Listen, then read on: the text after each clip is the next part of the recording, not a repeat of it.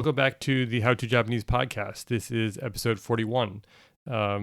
This is probably sooner than you might have expected to hear me again if you've been listening all through the Murakami season, which ended up not too long ago with my review of Murakami's new novel.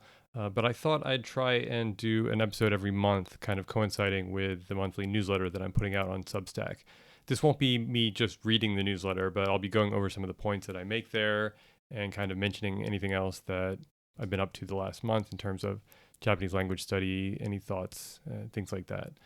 So this will be episode 41, since I did 10 episodes the first season, 20 the second season, and then another 10 for the Murakami season. And we're not going to count the one kind of Golgai outside the count episode I did for the pre-jet departure Japanese triage. So this will be episode 41, and we'll see how far it goes.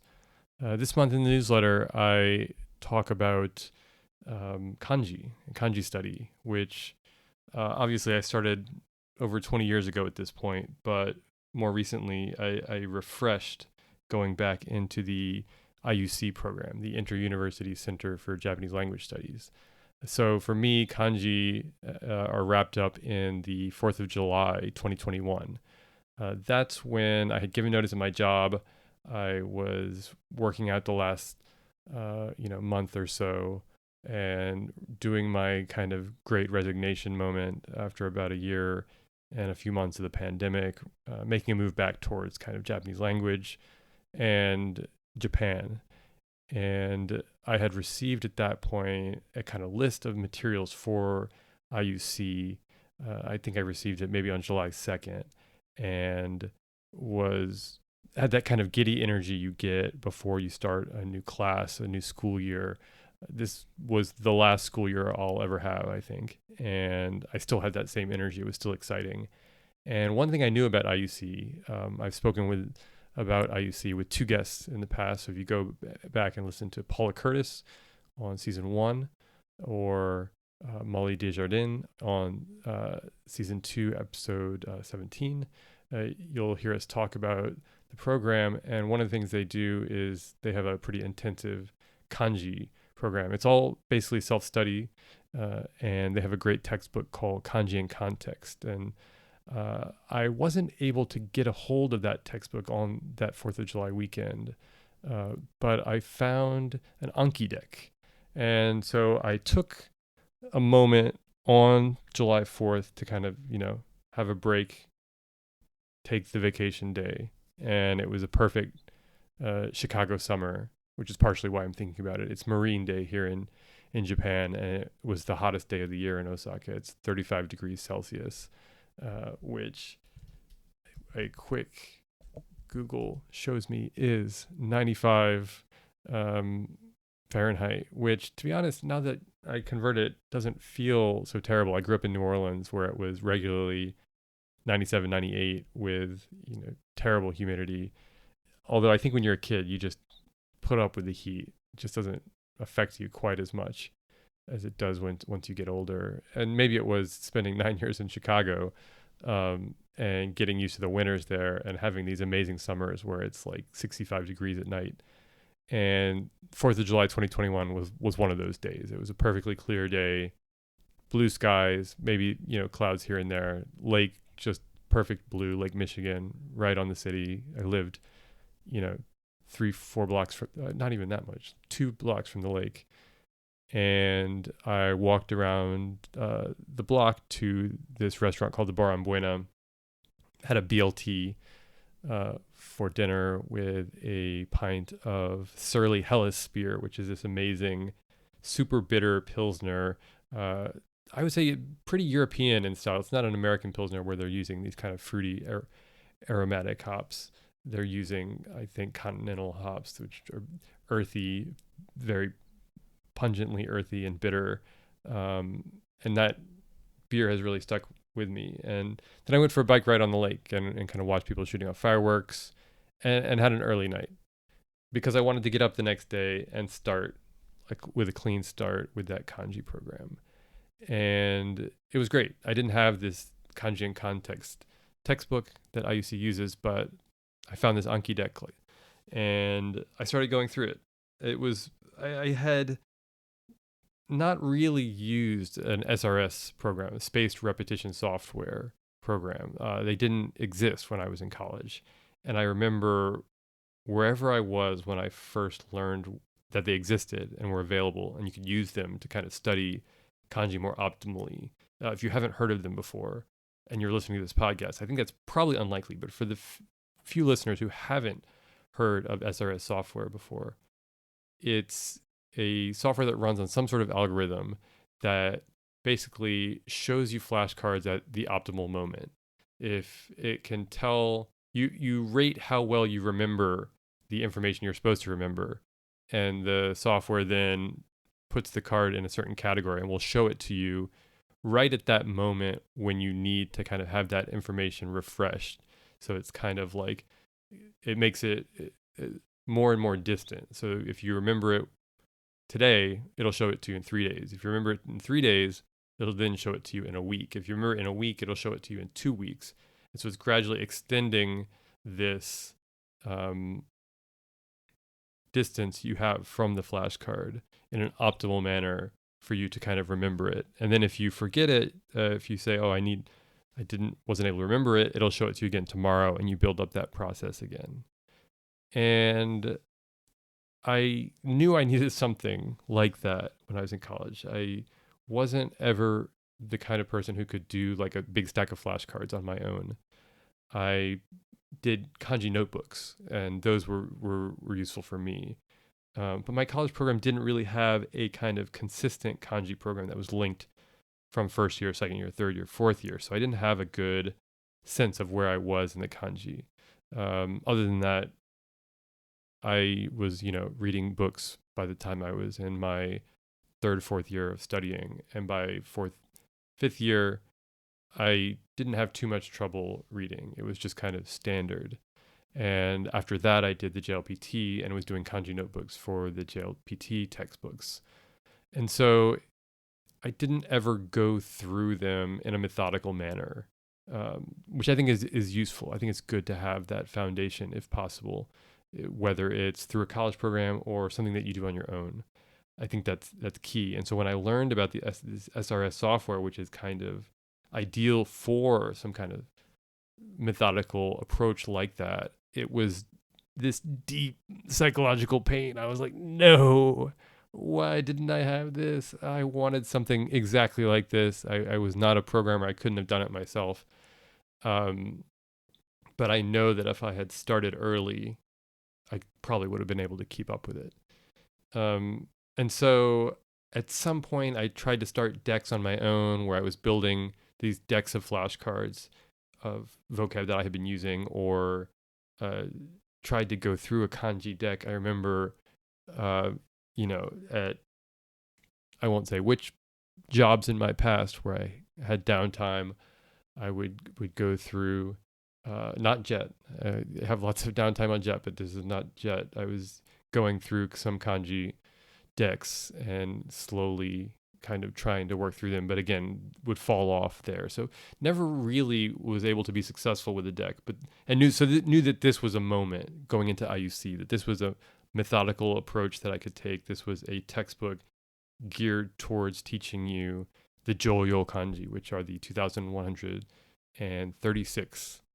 Yes, 2,136 kanji, common use kanji, that are designated as common use by the Japanese government. That's not all the kanji that you encounter out in the wild, obviously, but it's a set of common use kanji. There are very standard vocab words outside that. There are a lot of names that are outside that, and you can learn those too. But the Joyo kanji are a very good base. And so going into IUC, I was really excited to start that program. So I got up on July 5th and literally started studying. I think probably the first thing I did that day. So I had this great memory. It was another kind of, for me, the pandemic was a very kind of pure solitude, almost, being alone in Chicago, and I have really good memories associated with many parts of it, even if it was a challenge at times. So now I am looking back on 2 years of kanji study through Anki. The Anki is the name of a mobile app that is an SRS program. It also has a website with a cloud-based version of the mobile app. The mobile app I feel like is probably $25 on the US App Store, and absolutely worth it. Even if you're not using it for kanji, you can use it to study for the LSAT or the MCAT if you're going to law school or med school in the US, or any other um,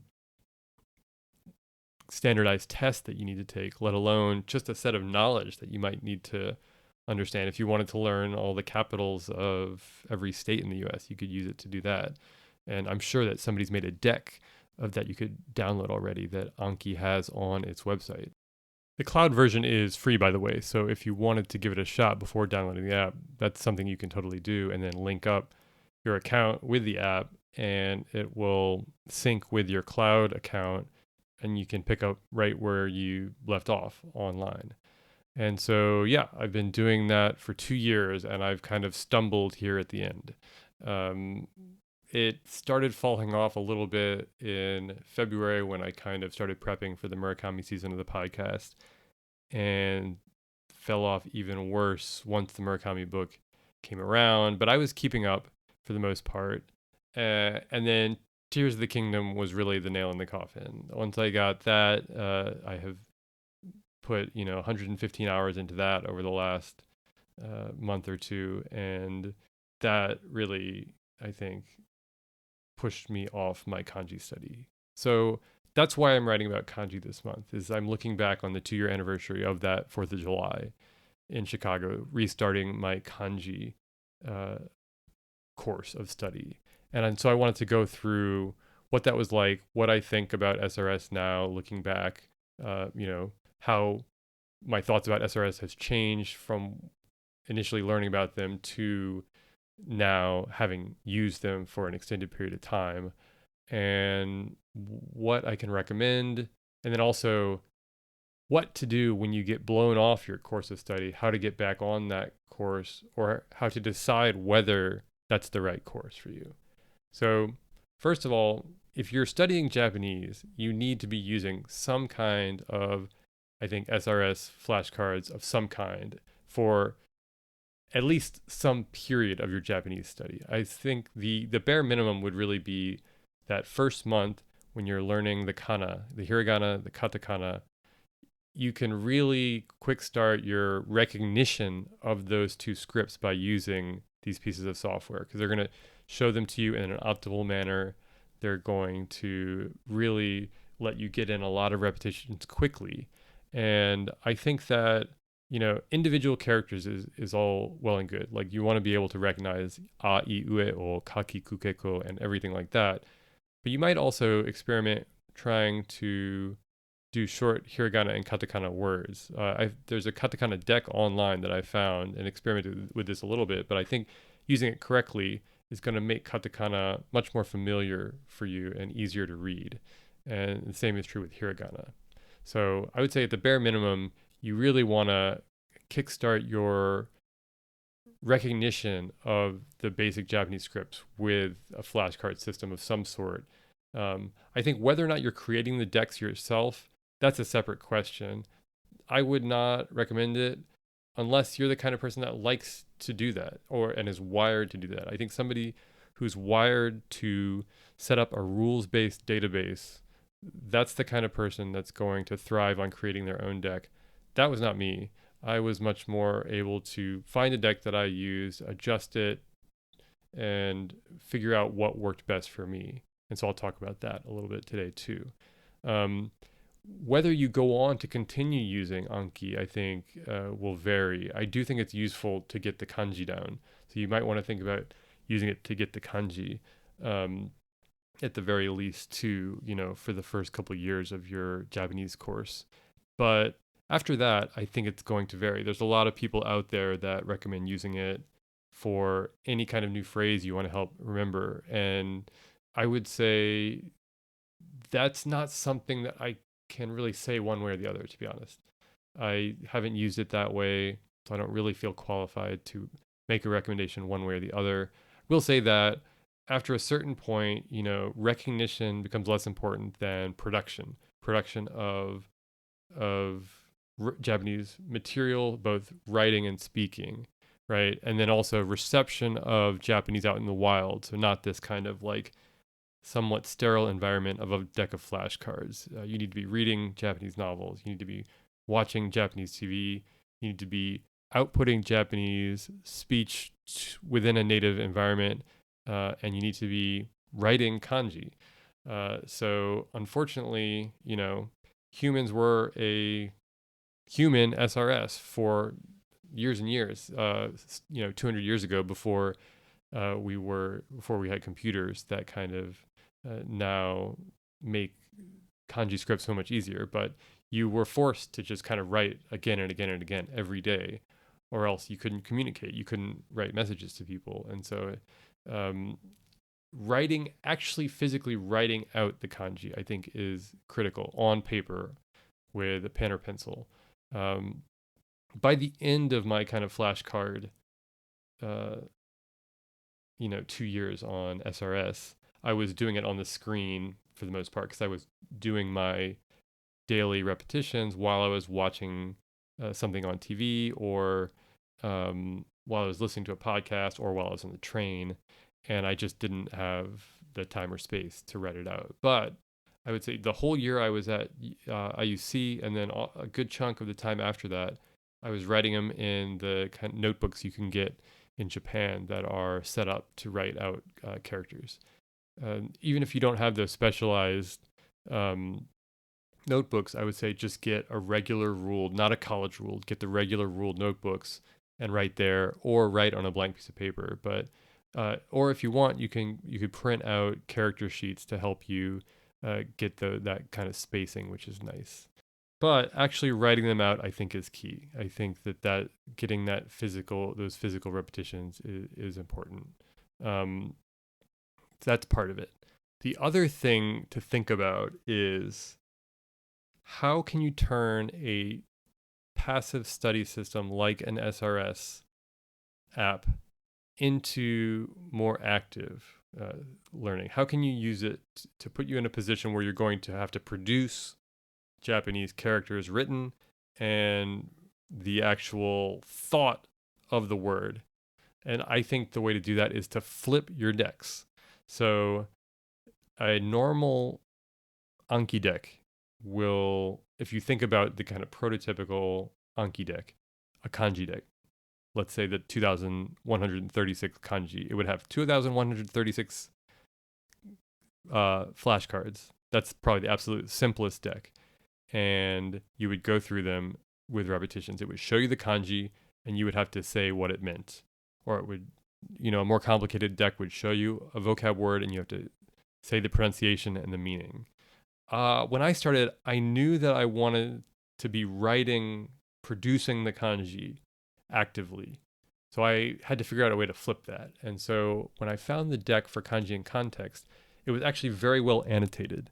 And it included the creator, who I think it must have listed his Reddit account, because I found him on Reddit and I sent him a message. I was like, well, how do I flip this? Like, I really appreciate all the information you provided about this, but how do I flip it so that I can show myself the meaning, the English, and then have to write the kanji? And he gave me a little bit of information, just enough, and I kind of poked around in Anki and was able to figure it out. So Anki, like I said, is basically a database with a set of rules. And if you tap the deck that you're working with, and then there's a gear icon that'll bring you into the kind of settings, and it shows you a bunch of different settings. There's one that's called card template, and that sets up a template for what it shows you. And then, to be honest, I don't know how it works, but he told me, basically, the guy told me exactly what I needed to switch. And so a basic Anki card for this deck includes 3 different categories. It includes the expression, which is the kanji, or the vocab word. It includes the reading, which includes the kana reading for the character or the vocab word. It includes the meaning, which is an English meaning, and then it includes notes. And if you read this month's newsletter, I've got an image of that. So go to howtojapanese.substack.com, look for the July 2023 newsletter, and you'll be able to see the screenshot from my phone of what the card in the deck looks like. And you open up the card template, and it looks like HTML, and it basically, I think it says the font family, and then it shows what it's going to show you. And he had the expression in the card template, which meant that it was going to show you the kanji. And so I just swapped that out for meaning. And so what that does now is that when I start the deck, it shows me the meaning in English. So, for example, the image that I show in the newsletter is wall fence, and I picked this word in particular because there's a couple different words for wall and fence, right? So you might think kabe, or the other one is he, and the other one you might think of is gaki, I think. And so I had a lot of success with this. I was showing myself English, and I had to then produce the word from memory. I had to think kabe or he, and then I had to write out that kanji. And it was really helpful. It was really working. And, I think my kanji writing, even though I've kind of stumbled here the last couple of months, it's really improved after, 2 years of pretty dedicated repetition. And the one thing I also did is, as I went through the deck, I would edit the deck, and I would say, so for example, with this one, wall fence, I edited it and I added in parentheses, not kabe, in hiragana. So that would cue me that I wasn't looking for this word kabe, I was looking for another word that meant fence. And so that was one little trick I did to kind of help make it a little bit, even though I was looking at the English and there might be, synonyms or some words that are close, give myself a little bit of a clue that I wasn't looking for that one in particular. So yeah, this was kind of like a double approach. I had to, not only was I studying how to write the kanji, also I had to actually produce the word from memory, which it's a struggle sometimes. Sometimes I would find that I could write the kanji, but I didn't know the pronunciation or the word, and the other way around too. And it also got me thinking that maybe you need, as a beginning student, you need two decks. You need one with both. You need one that's going to show it this way that I'm doing, where you're looking at the English and producing the Japanese, and you need another one where you need the repetitions actually, recognizing the Japanese kanji. So that might be something to think about if you're just starting. Maybe you can start with a deck just for pure recognition, and then add an additional deck that you're going to flip, and you can work on your production of Japanese, your active Japanese writing, and your active memory for Japanese words. The other thing that I realized, I think partway through, actually, I started this from the beginning. I knew that flashcards alone weren't going to be enough. So I kept a notebook where I was writing out the kanji each day, and I would write out the character, the pronunciation, the definition, and a few of the vocab words. And then after a little while, I started writing out a mnemonic too. I really do feel like, and this was inspired, I think, by the episode with Molly, that especially as an adult learner of kanji, you need to kind of take advantage of mnemonics. And I haven't, fully remembered 2,000 mnemonics, but there are little pieces here and there that I think even helped remember certain radicals. And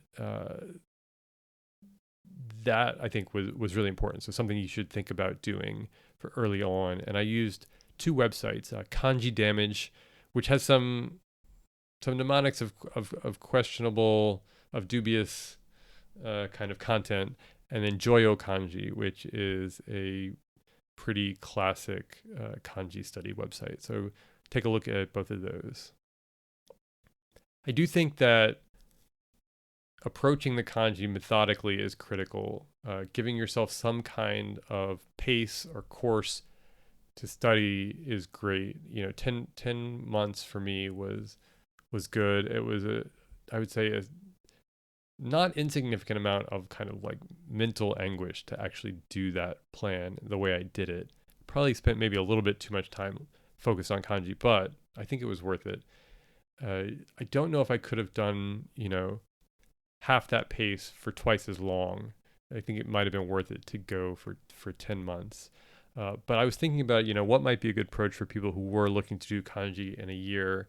And if you do kanji at 50 characters a week, that's 42 weeks for all the Joyo kanji. And that's 50 a week would be, 10 each weekday, and then 2 weekend days in there to kind of give yourself a break, to kind of solidify, and to kind of make sure you're giving your foundation a strengthening. And one thing that I did that I think you would do there is with Anki, you can set how many new cards it shows you each day. And so for me, I figured out basically, I knew I wanted to do one lesson a day. One lesson was, or maybe 2 lessons. I can't remember exactly what my pace was, but I was able to basically set it to add a certain number of kanji each day. And that if that was like 30 flashcards or 40 flashcards, whatever it was, I would add those, and then it would show me those, and then I would do the repetitions for the old ones that I had to catch up for. And then I would set, after I added those, I would set it back to 0. And that way it didn't add any new cards for me unless I wanted it to add new cards for me. And that way I would only be doing the repetitions for the card that I had already looked at. And that I felt for me was helpful because it's not that kind of overwhelming endless stream of kanji. You can kind of like turn it off and on, say, okay, I've got, I've studied 300 kanji so far, and I'm just going to really solidify those for a little while. Or I've studied 400, right? So if you did your 50 for the week, and you've got 2 extra days where you can really just kind of do repetitions for those. I also set a ceiling on the repetitions. I did about 200 repetitions a day, and I thought that was enough. That was all I could do, and kind of got through what I could get through. And I ended up probably doing about an hour or so of kanji work a day.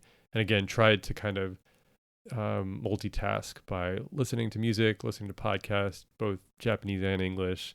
And then by the end of my course, when I was kind of like at the I don't know, depths or heights of my obsession with Japanese J-drama, I was doing the repetitions while I was watching J-drama. And that continued even up through my time here in Osaka.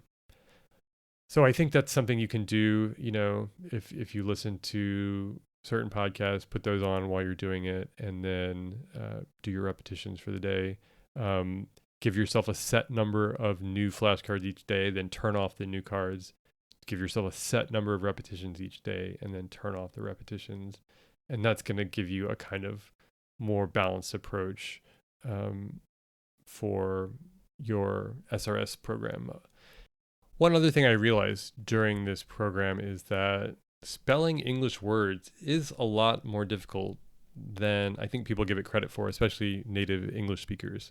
Spelling is extremely obscure and bizarre, and there are so many exceptions and weird etymologies and little morphemes of meaning that we all kind of gain by osmosis that non-native speakers of English don't, and that they would that would require special training that I think is almost on the same level as kanji. Maybe not quite. Obviously, kanji are very specialized and difficult, but I think the key difference is that you gain repetitions writing an English word or other languages as you type it into a computer, which is not something that kanji is true with kanji. You can't type the stroke order of a kanji.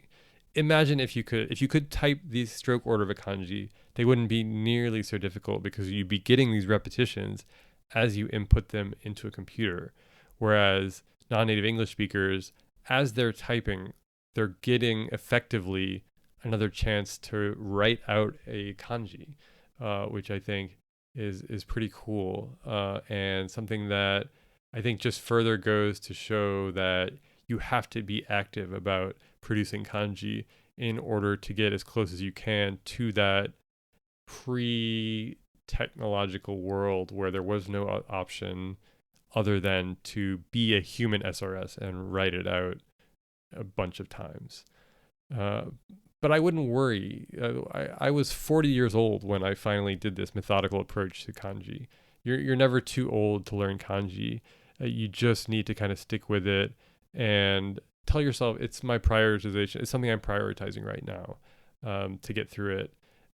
And find a good text. I would recommend Kanji in Context because I think it does have an interesting order of the kanji. It's not the order of the Joyo kanji, which is the official order. It kind of groups them into little sets of similar radicals and things like that, so that you kind of are looking at similar things at similar times. And I think that's really helpful. As I mentioned, there's an Anki deck for it, so you don't even really need the textbook to get started. You can kind of just jump right in and see what you think, and get going. The one other thing that I think that I'm going to have to take advantage of is something that I call zeroing out. If you start to get overwhelmed by the number of repetitions and the number of new kanjis, just set it all to zero. Set the new kanji to zero. Set your repetitions to zero. And either try and dig yourself out of the hole. Right now, I've got, for example, 200 flashcards that need to be reviewed. What I might end up doing is just kind of zeroing them all out, just saying, yeah, sure, yeah, sure, yeah, sure. And just kind of saying, yes, I've reviewed it. Yes, I've reviewed it. Yes, I've reviewed it, marking it reviewed. But one critical thing I think is that with Anki, I don't know if every SRS app is like this. You rate yourself how good you're remembering it. And so there's 4 categories, at least with the deck that I worked with. Maybe there are different levels. I'm not sure. But with the deck that I was working with, there were 4 categories. And it was, if you remembered it very easily, it was easy. If you remembered it well, it was good. Otherwise, it was hard. And then the lowest level is again. And that again one is kind of your worst nightmare, because if you mark a word again, you're going to see it later that day in a few minutes. And you're going to see it again the next day. So you start to kind of hate that button, or at least I did. And because I'm starting missing some of these flashcards. I'm going to see these words again later today and tomorrow. Part of that, I think, is the algorithm. You need that. You need those repetitions. So that's partly a good thing. But if you're getting to the point where you're starting to feel that way, instead of marking it again, just mark it hard. Give yourself a little bit of a reprieve and mark it hard, which will show it to you again sooner than otherwise, sooner than you'd see it if you marked it good. But also, it won't show it to you tomorrow. It's not going to snowball you into this tomorrow where you don't want to open the app because you marked like 50 kanji as hard, and that way you've got this enormous mound of kanji to get through the next day. So definitely kind of like watch yourself, how you're responding to the deck. You want to go for longevity here. You should be feeling some kind of mental anguish from the study, but it shouldn't be this I don't want to open the app fear. It shouldn't be that. If that is what you're experiencing, then I would say reassess, give yourself a little bit of a break, take a reprieve, zero your deck out for the day, and come back whenever you'll see them, because it'll show it to you sooner than otherwise, but not tomorrow. And again, I think, that's kind of probably where I'll end, is that, I've been blown off course, and I think I'll probably zero out my kanji at some point. And then that way I can kind of pick back up now that I've finished my Murakami review, finished Tears of the Kingdom, starting to kind of go into summer with a little bit of more relaxed um, mindset now that I've got these two giant projects. Not like Zelda is a project, but it was definitely something that is, I think, man, it's super addictive. Like just it's so much fun to run around in Hyrule that had trouble pulling myself away from it.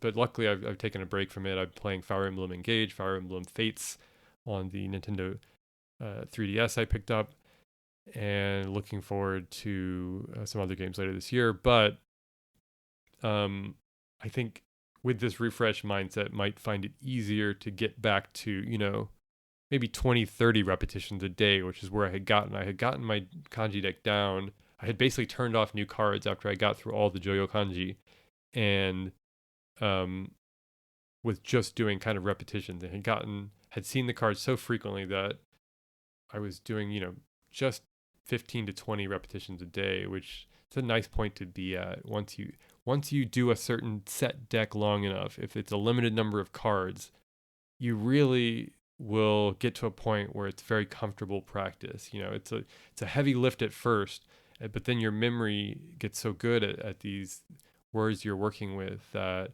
you just need to kind of maintenance. Um, and so if I can get back to that maintenance point, that might be my goal. But I've got some other stuff. I've been reading new works in translation. I've been reading some English after reading Murakami. I read Ao Omae and Akutagawa, new translations of let me look at the title again. People Who Love Stuffed Animals, I think, is the People Who Talk to Stuffed Animals Are Nice, is the name of the Ao Omae book. And Kappa is the Akutagawa translation. I'm reading a Japanese book of essays, trying to do more writing, hoping to do some writing in Japanese at some point, but haven't quite gotten to that point. And yeah, so I'm trying to kind of feel out where kanji study is going to fit in my overall approach to this constant study of Japanese. So yeah, let me know what thoughts you have on SRS, on kanji. If you have any questions, I'd be really curious to hear what other approaches people have had with SRS decks, with kanji in particular. What's been useful, what's been successful. I'd love to hear from deck builders. What are strategies that works for deck building? For people, how do you find the kind of energy to keep putting decks together? How do you find the kind of attention that you need? Sometimes it's hard to just recognize what needs to go in the deck. How do you realize, oh, that's a word that I needed to remember? Like, let me write that down. Like, I know a little bit of that, but it's hard to maintain that level of focus, I think. And I'd be very curious to know what's been successful for other people. Are there any good decks that you recommend? Definitely leave a comment, send me an email, howtojapanese@gmail.com. Send me a reply on Twitter. I'm also on Threads, on Blue Sky, on Mastodon, all at How to Japanese everywhere. So reach out and let me know, what is your kanji practice? What has worked for you? I'd love to hear from everyone else, and hope you all are surviving the summer heat. Iced coffee only, and lots of ice cream.